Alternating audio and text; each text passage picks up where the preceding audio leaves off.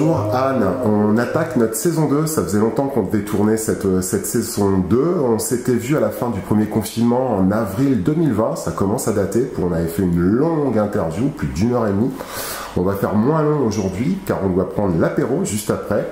Donc il faut qu'on soit assez court. Tu peux te représenter et peut-être nous dire ce que tu as fait à ton travail depuis avril 2020. Qu'est-ce que tu as fait avec tes équipes? Sur quoi a porté tout ton travail depuis cette période? Est-ce que tu as essentiellement bossé sur le Covid aussi?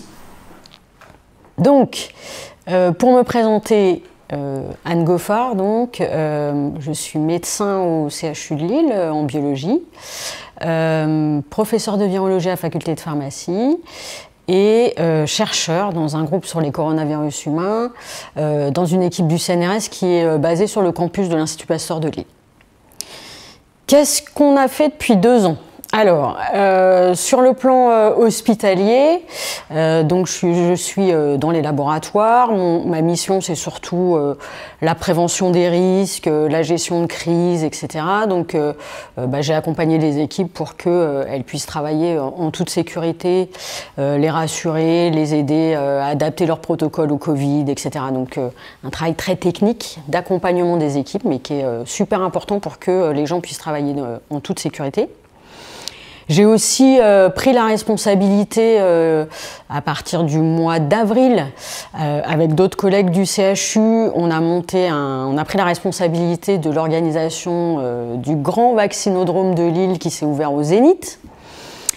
Ça, c'était une super expérience. On a travaillé avec plein de professionnels de santé, des médecins, infirmiers, sages-femmes, pharmaciens, des libéraux, des gens qui travaillent dans des associations, des hospitaliers, enfin voilà, plein de gens se sont mis là-dessus. Ce centre avait été monté avec le CHU de Lille, la mairie de Lille, la MEL, la métropole européenne de Lille, avec une CPTS, c'est-à-dire un groupement de médecins, de professionnels de santé libéraux. Voilà, il y avait un centre de santé de FIV, enfin voilà, il y avait plein de gens qui s'étaient mobilisés, les pompiers aussi, et ça a été une super expérience. On a fait plus de 300 000 injections, avec évidemment un gros boost au mois de juillet quand le gouvernement a annoncé l'obligation du pass sanitaire, mais déjà avant on vaccinait beaucoup de monde, ça a été une super expérience.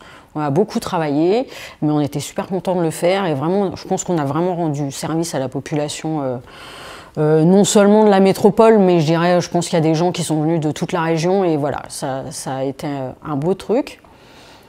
Et puis pour moi, en tant que virologue qui travaillait sur les coronavirus, ça a été vraiment une expérience qui était importante pour moi, et je tenais vraiment à y participer, parce que s'il y a ne serait-ce que 3 ans, on m'avait dit qu'un jour il y aurait un vaccin contre les coronavirus, j'y aurais pas cru. Et donc voilà, c'était d'autant plus excitant de participer à cette aventure. Sur le plan de la recherche, parce que donc ça c'est mon activité hospitalière, mais sur le plan de la recherche, donc dans notre équipe effectivement on travaille exclusivement sur le Covid, sur le SARS-2, donc le virus qui est responsable du Covid, c'est le SARS-CoV-2.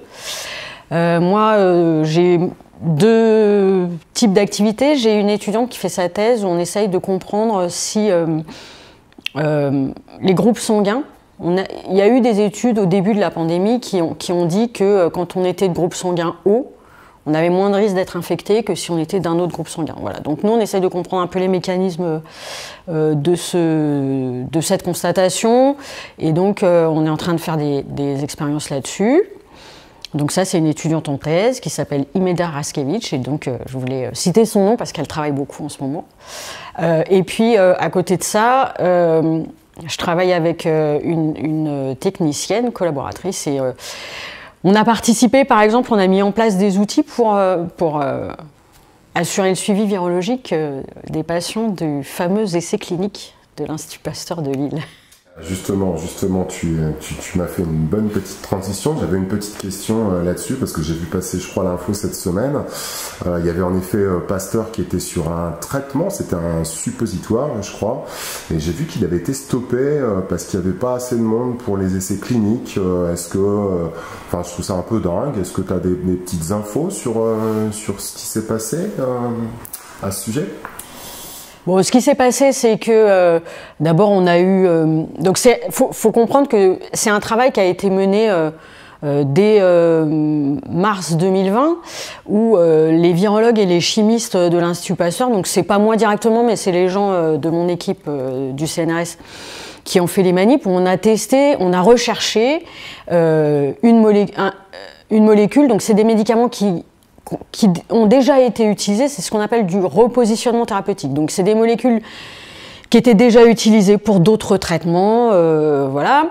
Et on a voulu essayer de voir si certaines de ces molécules pouvaient avoir un effet contre le SARS-2. Donc il y a tout un travail à faire avant d'arriver à un essai clinique. Il y a tout un travail de virologie à faire où on teste les molécules à différentes concentrations sur le virus, etc. Donc ça a été fait par les virologues et avec les chimistes sur le campus Pasteur. Et on a trouvé une molécule qui avait l'air d'avoir un effet in vitro, qui avait l'air de bien marcher. Et donc là, on est rentré dans un processus où d'abord il fallait qu'on ait l'autorisation de faire un essai clinique parce que on ne fait pas un essai clinique comme on veut, n'importe comment, tout seul dans son coin. Il y a des gens qui ont fait ça sur Marseille, on l'a bien compris, mais nous, on n'était pas dans cette stratégie-là. Donc, voilà, on a suivi la procédure, on est passé devant différents comités, etc. Il a fallu obtenir des autorisations, on a mis du temps à les obtenir. On a été retoqué une fois, 2 fois, 3 fois, et puis à chaque fois, on a modifié notre dossier pour avoir l'autorisation. On a fini par avoir l'autorisation, c'était... je dirais juin ou juin 2021, donc au moment où il y avait beaucoup moins de cas. Et le souci, c'est que l'étude avait été désignée pour dire on va donner ce traitement à des gens qui sont pas hospitalisés, qui ont plus de 50 ans et qui ne sont pas vaccinés. Or, aujourd'hui, les personnes de plus de 50 ans, beaucoup, et c'est très bien, sont vaccinées. Donc c'était difficile on a eu du mal à recruter du monde. Et puis c'est un suppositoire, comme tu l'as dit, et que c'est jamais très agréable de mettre un suppositoire. Et voilà, et donc il se trouve que à la date d'aujourd'hui, on avait réussi à inclure une dizaine de personnes dans cet essai, alors qu'on visait plus d'une centaine. Donc voilà. Donc la direction de l'Institut Pasteur de Lille a décidé d'arrêter les frais. Ok, bon, voilà, on a les infos. Je vais changer complètement. Hein. C'est pas très ordonné là mes questions comme d'habitude. On en parle beaucoup en ce moment. La vaccination des enfants, c'est en train de vraiment bouger là en France. Je crois que ça va être autorisé pour les enfants qui ont entre guillemets des problèmes. Là, on parle des 5-11 ans. Je crois que c'est le 15 décembre. Et après, je crois qu'il y a l'aval pour vacciner tous les gamins aussi. Il me semble que c'est tombé. En fait, il y a l'autorisation au niveau de l'Union européenne d'ouvrir que les vaccins. Alors, les vaccins qu'on va proposer aux enfants, ils ont un dosage différent des vaccins qui sont pour les adultes. Hein, c'est des formulations pédiatriques. Il y a eu des essais cliniques. Il y a des pays qui le font déjà, comme Israël ou comme les États-Unis. Il y a l'Allemagne qui s'y met maintenant. Donc en Europe, ça y est, ça commence un petit peu. Et puis en France, on se pose la question. On attend toujours l'autorisation de la Haute Autorité de Santé pour le faire. Là, je vais me prononcer à titre personnel en tant que virologue. Moi, je pense qu'il faut qu'on ouvre la vaccination aux enfants de moins de 11 ans. Je pense que c'est super important pour plusieurs raisons. Pour des raisons collectives, parce que il y aura moins de virus qui circulent. Et la crainte, c'est que plus le virus circule et plus il y ait de risque d'apparition d'un nouveau variant. Donc si on ne veut pas qu'il y ait des nouveaux variants, il faut que le virus arrête de circuler. Et donc, à mon avis, il faut qu'on ouvre la vaccination aux plus jeunes. Les jeunes, effectivement, font des formes asymptomatiques, c'est-à-dire ils n'ont aucun signe clinique ou ils font des formes pas graves, mais ils transmettent à leur entourage, les parents, les grands-parents, les autres adultes qui les fréquentent dans leurs activités, etc. Donc il y a un risque pour de transmission aux adultes qui, eux, peuvent faire des formes sévères. Et puis malheureusement, il y a des enfants qui vont faire des formes graves, qui vont aller à l'hôpital, voire qui vont aller en réanimation. Il y a des enfants qui risquent de faire des Covid longs. Voilà, donc tout ça, ça fait que pour les enfants, je pense que ça a un intérêt de les vacciner. Et puis la quatrième raison, et c'est quelque chose qu'on n'envisageait pas jusqu'à cette pandémie, c'est l'intérêt social pour les enfants. Le fait d'être vacciné, ça veut dire qu'on peut continuer à aller à l'école, on ne ferme plus les classes, on ne ferme plus les écoles, on continue d'avoir les activités extrascolaires, de faire de la musique, du sport, des activités culturelles, enfin voilà, tout ce qui fait la vie d'un enfant, qui est indispensable et qui permet d'avoir une vie sociale la plus normale possible.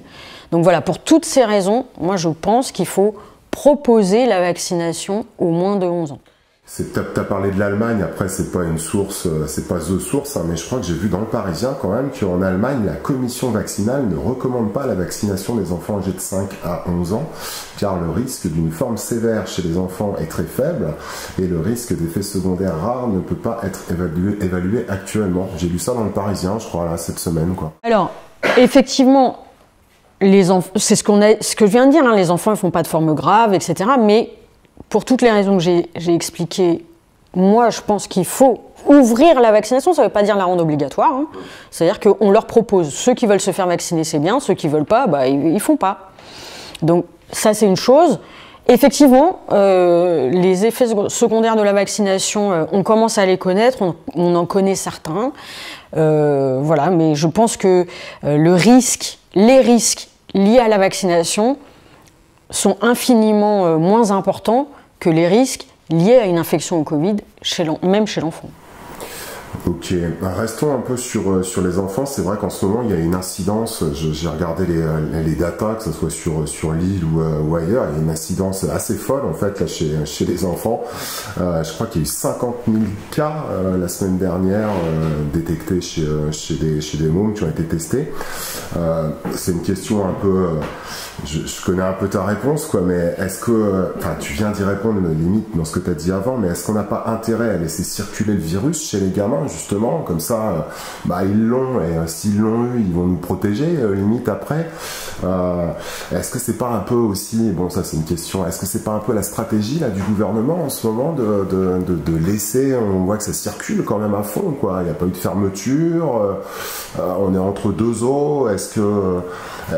Il y a la vaccination des gamins qui va arriver, enfin on sent vraiment qu'on est entre deux périodes, quoi, en fait, quoi.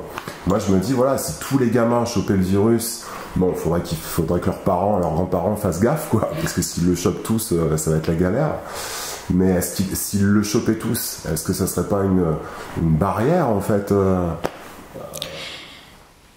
C'est compliqué, effectivement. Le souci, c'est que ils vont pas tous l'attraper en même temps, donc le virus continue de circuler.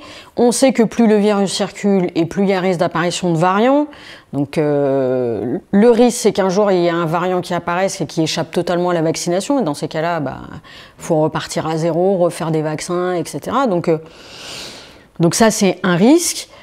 Tu dis, il n'y a pas eu de fermeture. Ok, on n'a pas déclaré qu'on fermait systématiquement toutes les écoles. Cela dit, depuis 2-3 semaines, presque un mois maintenant, il y a plein de classes qui sont fermées les unes après les autres. Alors le protocole sanitaire a changé de façon à ce qu'on ne ferme pas au bout d'un cas, on ferme au bout de 3 cas. Mais il y a de plus en plus de classes qui sont fermées. Et une classe qui est fermée, qu'est-ce que ça veut dire? Ça veut dire qu'il y a les parents qui doivent s'occuper des enfants. Ça veut dire qu'on reste à la maison. Ça veut dire que s'ils peuvent, ils doivent faire du télétravail. Le télétravail, quand il y a les enfants à la maison, qu'il faut accompagner pour eux, leur travail scolaire qui se fait à la maison, c'est compliqué, c'est fatigant. Ça induit des tensions dans la famille. Donc, si on peut éviter tout ça, enfin, franchement, je pense qu'il faut s'arrêter avec cette façon de... Et puis, L'école, c'est fait pour être à l'école, avec les copains, avec l'enseignant ou les enseignants, pouvoir discuter avec eux. On apprend. L'apprentissage, c'est une activité éminemment sociale. On a besoin d'être à plusieurs pour apprendre. Et les parents, on fait ce qu'on peut. mais on n'est pas des enseignants pour la plupart, donc on n'est pas là pour apprendre à nos enfants ce qui se fait à l'école. Bah, je confirme, hein, c'est ce qu'on a vécu nous en tant que parents cette semaine. Hein, on a eu deux CM2 et 2 CM1 fermés là, dans l'école Michelet à Lille. Et ce que tu viens de décrire, bah, c'est ce que j'ai vécu cette semaine. Donc voilà, on est en plein dedans. Ok, on va partir un petit peu sur j'ai quelques questions sur la troisième, la quatrième dose. J'ai vu un graphe d'un médecin assez récemment qui avait fait des tests, je sais pas si on dit ça comme ça, mais des sérologies d'anticorps après sa première dose, sa deuxième dose et sa troisième dose. On voit vraiment que sur la troisième dose, on a la courbe vraiment qui booste, qui décolle vraiment sur les anticorps. Voilà, cette troisième dose, est-ce qu'elle produit vraiment un ultra boost? Je crois qu'on parle vraiment d'un taux d'anticorps 10 à 12 fois supérieur à la deuxième dose. Et est-ce que ça varie d'une personne à l'autre, en fait, cette sorte de boost, quoi, en fait, quoi, sur cette troisième dose? Bon, moi, ça me fait beaucoup rire parce que, voilà, des trucs qui sont hyper techniques, de virologues, de biologistes, maintenant, tous les Français savent le faire, savent interpréter une sérologie, ça c'est quand même phénoménal. Bien, donc on va reprendre à la base les trucs qu'on apprend aux étudiants en médecine ou en pharmacie sur l'interprétation d'une sérologie. D'abord, un taux d'anticorps comme ça, brut, ça veut rien dire. Il faut, si on veut pouvoir comparer des taux d'anticorps, il y a des protocoles techniques à respecter. Notamment, il faut faire les dosages d'anticorps sur les différents prélèvements le même jour avec la même technique pour vraiment pouvoir comparer des taux. Donc voilà, je ne sais pas comment ça s'est passé dans l'étude dont tu parles ou pour le collègue dont tu parles, mais voilà. Ce qu'on sait maintenant quand même, de manière un petit peu plus carrée, il y a des études scientifiques qui ont été publiées, évaluées par les pairs dans des journaux spécialisés, qui montrent qu'effectivement, la troisième injection, qui est une dose de rappel, donc les 2 premières injections, c'est le schéma vaccinal complet. Ça permet de stimuler une première fois, puis une deuxième fois le système immunitaire pour qu'il y ait une mémoire immunitaire qui s'installe. Et la troisième dose, c'est ce qu'on appelle un rappel. L'objectif d'un rappel dans la vaccination, c'est justement de remobiliser à distance le système immunitaire pour qu'il réagisse plus rapidement. Et là, on a une réponse du système immunitaire au bout de à peu près 48 heures, alors qu'après la deuxième dose, il fallait attendre 7 à 10 jours avant de voir vraiment une réaction importante. Donc là, c'est au bout de 48 heures. Et puis, les études montrent que cette réaction est plus forte, effectivement, et probablement de plus longue durée. Alors je dis probablement parce qu'on n'a pas encore énormément de recul, hein, mais voilà, tous les immunologistes et les virologues spécialisés dans la vaccination et dans le design de vaccins, pensent que cette troisième injection devrait permettre une immunité de plus longue durée. Mais on en reparlera dans 6 mois. Ouais, je veux pas polémiquer, hein, mais on a Delfrécy, il a pas dit qu'on allait vers la quatrième, hein, il l'a pas affirmé, mais il a dit que ça serait peut-être possible. On voit qu'en Israël, je crois que c'est le ministre de la Santé qui en a parlé. Ça veut dire qu'au final, peut-être qu'en Israël, vu qu'ils ont vacciné plus précocement, ils ont déjà tous eu la troisième, c'est-à-dire qu'ils ont déjà du recul et que ça baisse, quoi, en fait, et qu'on va aller vers une quatrième. Est-ce qu'on a des datas là-dessus Moi, j'ai pas d'infos sur la quatrième dose. Je sais pas. C'est un peu de la bullshit que j'ai entendu, quoi, en fait, que j'ai l'impression. On n'a pas les données, quoi, aujourd'hui. Pour l'instant, on n'a pas les données là-dessus. Cela dit, une quatrième dose n'est pas totalement exclue, notamment si on a des variants qui échappent à la vaccination et où donc on pourrait avoir une autre injection qui permettrait de s'adapter à un variant qui apparaîtrait. Donc voilà, franchement, il faut pas... faut attendre de voir ce qui va se passer, quoi. Malheureusement, depuis 2 ans, on navigue un petit peu à vue et là-dessus... Ok, on en a parlé en off tout à l'heure, c'était intéressant. Donc là, on parle là essentiellement du vaccin ARN, en tout cas pour la France. L'ARN qui fait beaucoup parler de lui parce que c'est la frayeur des anti-vax. Pour mettre tout le monde d'accord, pourquoi est-ce qu'on n'arrive pas à créer un vaccin dit classique? Pourquoi ça marche pas? Je pense qu'on appelle ça les vaccins à adénovirus vecteur. Pourquoi pourquoi on n'arrive pas à créer un vaccin normal? Ça rassurerait peut-être la population, ça permettrait peut-être plus de vaccination. Pourquoi c'est difficile, quoi, en fait? Bah en fait, on y arrive. L'AstraZeneca, c'était un vaccin adénovirus. Et les gens ne veulent plus. Le vaccin Sputnik développé par les Russes, c'est un vaccin adénovirus. Il y a des vaccins chinois qui sont des vaccins adénovirus. Alors, les vaccins chinois, malheureusement, protègent pas bien. C'est-à-dire que, d'après les résultats des études qui ont été menées sur des grandes catégories de population, puisqu'en Amérique du Sud, ils ont beaucoup utilisé les vaccins chinois, notamment, ce qu'on nous dit, c'est que ces vaccins donnent une protection de l'ordre de 50-60%. Bon, on pourrait se dire, déjà, on va utiliser ça. Ok, sauf que à côté de ça, on a des vaccins ARN qui protègent à 80-90%. C'est énorme, ça s'est quasiment jamais vu. Donc voilà, on a des vaccins type AstraZeneca où il y a eu des effets secondaires qui ont été montrés. Les gens, voilà, la polémique a enflé et du coup on a dit on va arrêter d'utiliser ce vaccin parce que de toute façon les gens ils voulaient plus, ils voulaient tous du Pfizer ou du Moderna. Pfizer et Moderna, c'est des vaccins qui marchent super bien, qui donnent des taux de protection qui sont énormes. Voilà. L'immunité, les anticorps baissent aussi sur les vaccins classiques. C'est comme sur les vaccins ARN, hein, on perd de l'immunité. Oui, d'ailleurs, quand on se fait vacciner, quand on est enfant, on fait 2-3 injections. Et puis on fait des rappels, il y a un rappel à l'entrée au CP, il y a un rappel à l'entrée en 6e, il y a plusieurs rappels dans la vie. On a tous eu plusieurs rappels dans nos vaccinations. Donc oui, c'est parce que l'immunité diminue progressivement et avec un rappel, on la rebooste, on la remet en route et puis on est reparti pour quelques années. Là c'est pareil. Ok. Question compliquée. T'as des news de Omicron? On a déjà des données ou c'est trop tôt? T'as déjà vu passer des choses? J'ai vu qu'il y avait un cas, ça y est, dans le Nord-Pas-de-Calais qui était arrivé. Oh là là. Est-ce qu'on a un tout petit peu de recul là-dessus déjà? Alors Omicron, d'abord c'est pas lui qui est responsable de la 5e vague. La 5e vague c'est toujours du Delta. C'est lui qui est plus transmissible, plus infectieux. Donc voilà. On commence à avoir des données parce qu'il y a des choses qui commencent à être publiées, des résultats qui commencent à sortir. Donc effectivement, il y a davantage de mutations qui sont décrites, il y en a des mutations qui étaient déjà connues. Voilà. Ce qu'on sait, c'est que manifestement, il est plus facile à transmettre.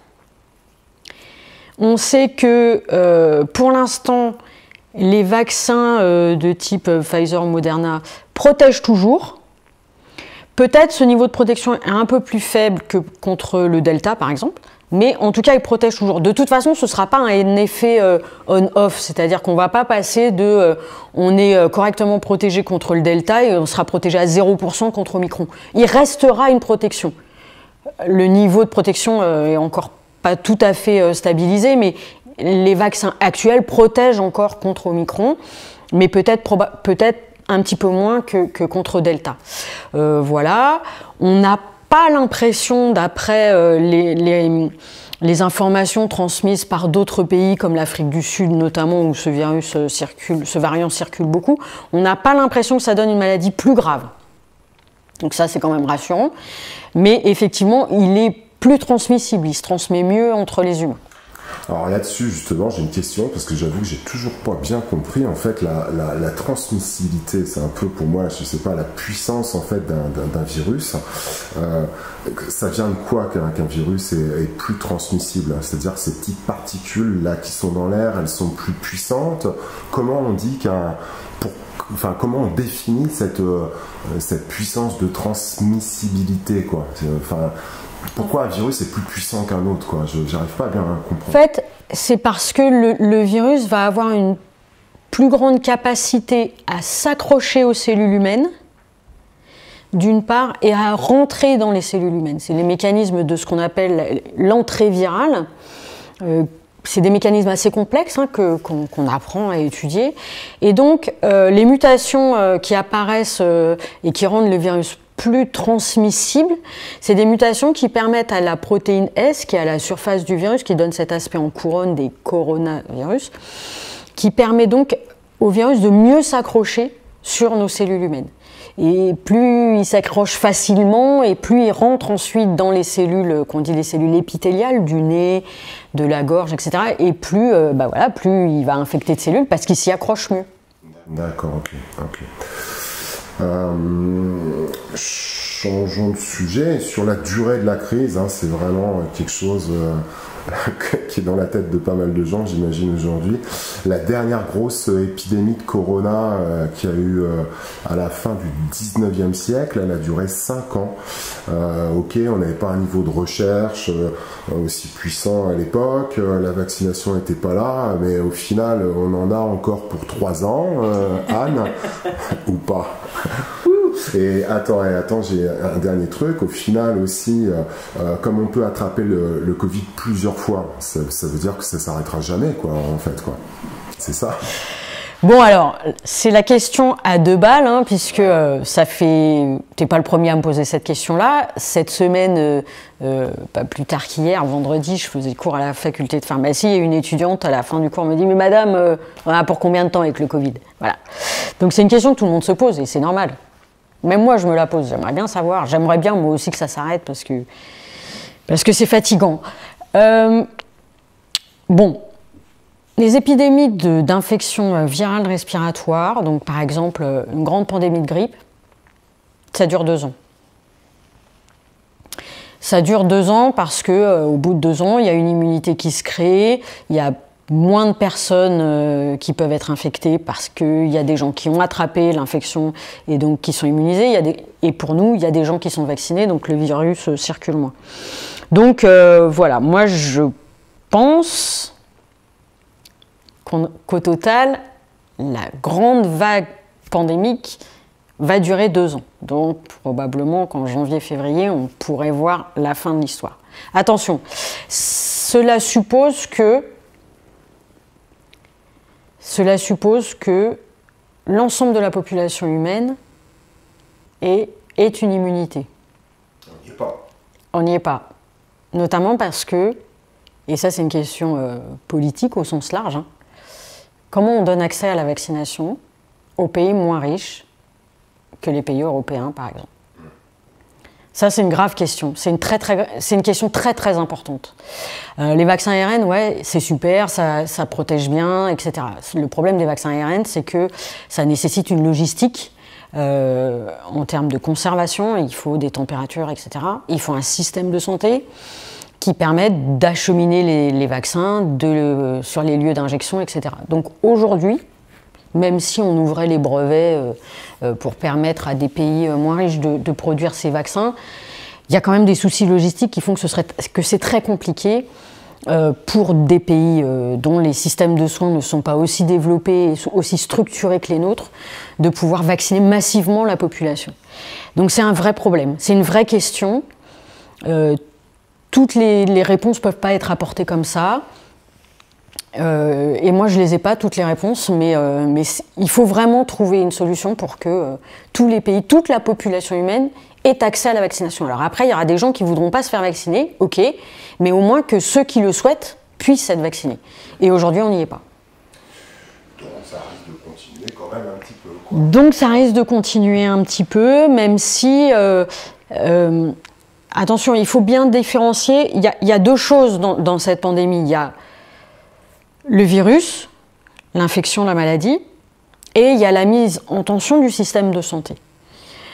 Si ce virus continue de circuler, qui donne des infections finalement pas graves, parce que les gens sont jeunes, en bonne santé, parce que les gens sont vaccinés, parce que pour plein de raisons, ça donne une infection pas grave, bah à la rigueur, c'est comme les rhumes qu'on a tous les hivers, c'est comme la grippe qu'on a l'hiver en temps normal, et ça ne met pas en tension le système de santé, et du coup, bah, la vie économique, sociale, la vie médicale, hospitalière continue. Et c'est pas grave. Et c'est malheureusement un nouveau virus qu'on va mettre dans notre liste de virus qui peut infecter les humains. Voilà, donc il y a quand même... voilà, il faut faire attention. La pandémie ne va pas s'éteindre du jour au lendemain, mais la crise sanitaire peut peut-être diminuer assez rapidement.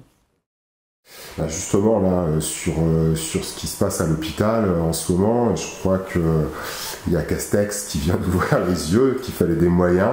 On parle beaucoup de pénurie de médecins, de moyens à l'hôpital. En fait, si j'inverse un petit peu ce que tu viens de dire, c'est si on avait été OK de ce côté-là, on s'en serait mieux sorti, quoi. S'il y avait plus de moyens à l'hôpital, etc., est-ce qu'on s'en serait mieux sorti? Ben, quand la pandémie a démarré en 2020, on avait la meilleure médecine du monde, on avait la meilleure recherche du monde, on était super fort. Je crois que cette crise a montré qu'on n'a pas la meilleure médecine du monde. Avant 2020, déjà en 2019, en octobre-novembre 2019, le 14 novembre 2019 par exemple, il y a eu une manif importante des professionnels de santé. Je me souviens que dans la cour d'Urier, il y a pas mal de collègues qui étaient descendus à midi avec leur blouse pour protester et pour alerter sur nos conditions de travail. Donc voilà, c'est pas nouveau que le système de santé est en difficulté. Mais cette crise le révèle drastiquement. Alors après, attention, c'est pas seulement une question de moyens, il y a aussi une question de structure, il y a une question d'organisation, il y a une question de globalement, voilà, je pense qu'il faut remettre à plat le rôle des agences régionales de santé, le rôle d'un certain nombre de structures comme la Haute Autorité de Santé, le Haut Conseil à la Santé publique. Il y a plein de commissions différentes, d'organismes différents, qui donnent des avis, qui mettent longtemps à donner les avis, et puis, enfin voilà. Donc je pense qu'il faut peut-être simplifier tout ça, tout remettre à plat. Je trouve la campagne électorale démarre et commence à vraiment battre son plein, et on n'en parle pas en fait. On ne parle pas de l'hôpital. Ouais, c'est ce que j'allais dire, ça va peut-être être un sujet pour la prochaine présidentielle, mais ouais, j'ai l'impression Enfin, c'est un sujet, quoi. Il y a des candidats et une candidate qui nous dit, après 2 ans de crise sanitaire, qui nous dit qu'elle va encore diminuer le nombre de fonctionnaires. Ouais. Qui c'est qui bosse là depuis 2 ans, qui permet le maintien des services publics? C'est les fonctionnaires d'État, les fonctionnaires territoriaux dans les collectivités, les mairies, les métropoles, etc. Donc il faut arrêter de dire on va supprimer les postes de fonctionnaires. 150 000, je crois. Ouais. Je sais plus qui. Donc n'oublions pas ça. Donc on ne parle pas de l'hôpital, ou quand on en parle c'est pour dire on va augmenter le nombre de médecins, mais vous allez aller les chercher où les médecins? Ça se forme un médecin, on met 10 ans à former un médecin, donc voilà. Et puis on ne parle pas de l'université, on ne parle pas de la recherche. On avait soi-disant la meilleure recherche du monde, on n'est pas capable de faire un vaccin. On a été complètement mis de côté sur cette crise, on n'a pas été capable de prendre le train en route. Donc, encore une fois, cette candidate-là, Madame Pécresse, c'est elle qui nous a fait la réforme des universités il y a quelques années, la réforme de la recherche. À l'époque, on avait fait un mouvement qui s'appelait « Sauvons la recherche ». C'était Pécresse déjà. Donc, il ne faut pas oublier que si on en est là où on en est aujourd'hui, on peut notamment dire merci à Madame Pécresse. J'ai hâte de savoir qui sera le prochain ministre de la Santé. Bon, on va finir avec une question. Il m'en reste 2 en fait. J'avais une question sur les vagues. Après, bon, c'est peut-être un peu compliqué. On disait qu'il y avait une saisonnalité en fait dans ce virus. C'est plus important forcément en hiver. Il fait plus froid, on aère moins, etc. Mais au final, on a vu qu'il y a eu 2 vagues importantes en avril et en septembre, quoi. Donc, il n'y a pas de saisonnalité. Il est là tout le temps, quoi, j'ai l'impression, non? Pour l'instant, il n'y a pas de saisonnalité. Effectivement, pour l'instant, il n'y a pas de saisonnalité, probablement parce qu'il n'y a pas assez de personnes qui sont immunisées. Donc, il n'y a pas d'effet de la température et de la météo sur la circulation de ce virus. Ça devrait arriver, probablement, mais ça n'est pas encore le cas, effectivement. Ok, la dernière question, en fait, c'est, enfin, je sais pas si c'est une question, mais j'ai vu que aussi ça avançait enfin sur l'aération depuis quelques semaines, alors que ça fait juste 1 an, plus d'1 an en fait qu'on en parle, qu'on voit des choses passer. Je voulais ton avis là-dessus. Est-ce qu'il faut, j'ai vu qu'il y a des collectifs qui s'étaient montés à droite, à gauche, citoyens. Est-ce qu'il faut mettre des capteurs de CO2 partout et est-ce que les collectivités réfléchissent à ça? Enfin, est-ce qu'il faut qu'on mette des capteurs dans les écoles, dans les entreprises, voilà, pour montrer à quel moment il faut aérer, quoi, tout simplement, quoi. Alors, Dans cette question-là, il y a deux aspects. L'aspect capteur de CO2, donc nous par exemple sur la ville de Lille, on propose des capteurs dans les restaurants scolaires où il y a beaucoup d'enfants qui viennent manger au restaurant scolaire, et puis on enlève le masque, et puis on parle, on discute avec les copains et tout ça. Donc on a des capteurs mobiles qu'on place dans les restaurants de façon à ce que les équipes d'adultes qui sont avec les enfants puissent être alertées au moment où il faut aérer. Donc on a formé les adultes et voilà, on peut aérer dans les restaurants scolaires. Maintenant, il n'y a pas besoin d'un capteur pour savoir qu'il faut aérer. C'est-à-dire que la consigne et ce qu'il faut faire maintenant, c'est au bout d'une heure qu'on est en classe, donc c'est-à-dire qu'on est nombreux, même si on porte le masque, on est nombreux dans une salle fermée. Au bout d'une heure, on ouvre pendant 10-15 minutes maxi. Ça ne sert à rien d'aller chauffer la rue et de laisser ouvert pendant toute la journée. Ça ne sert à rien d'ouvrir à 8 heures quand on arrive, alors que pendant toute la nuit, il n'y a eu personne. Mais au bout d'une heure de classe, donc moi par exemple quand je fais cours, et vendredi je l'ai fait, au bout d'une heure que je fais cours, j'ouvre les fenêtres de façon à créer un courant d'air. Et au bout de 10 minutes, un quart d'heure, je ferme. Parce que d'abord, nous, on a froid. Et je sais que l'air a été renouvelé. Les aérosols de Covid sont partis, de virus sont partis. Et on peut de nouveau garder la chaleur et travailler ensemble. Donc voilà. Rien que si on faisait ça, on pourrait déjà diminuer la concentration de virus dans la salle. Et ça, tout le monde peut le faire. C'est-à-dire, on n'a pas besoin d'avoir un capteur, on n'a pas besoin d'être un adulte. Même les enfants peuvent alerter et dire « Ah, ça fait 1 heure qu'on est là, on ne pourrait pas ouvrir 10 minutes, un quart d'heure ». Et on peut tous le faire, même quand on est dans un bureau à 3 ou 4 à travailler ensemble. Même si on porte le masque, on aère toutes les heures pendant 10 à 15 minutes. Et comme ça, on diminue la quantité d'aérosols viraux dans l'atmosphère. C'est parfois plus galère, hein, et moins fait en entreprise, hein, l'aération, je peux en témoigner, quoi. Ok, Anne, on va pas faire 1h30 hein, comme la dernière fois. Je te remercie vraiment pour ton temps, pour cette saison 2. Et ce que je peux te proposer, ça serait marrant qu'on se revoie peut-être juste après la présidentielle, hein, pour une saison 3. Il y aura peut-être des questions peut-être un petit peu plus politiques, etc. Vu que je sais que tu t'intéresses beaucoup à tout ça. Avec plaisir. Voilà. À bientôt. Merci beaucoup, Anne.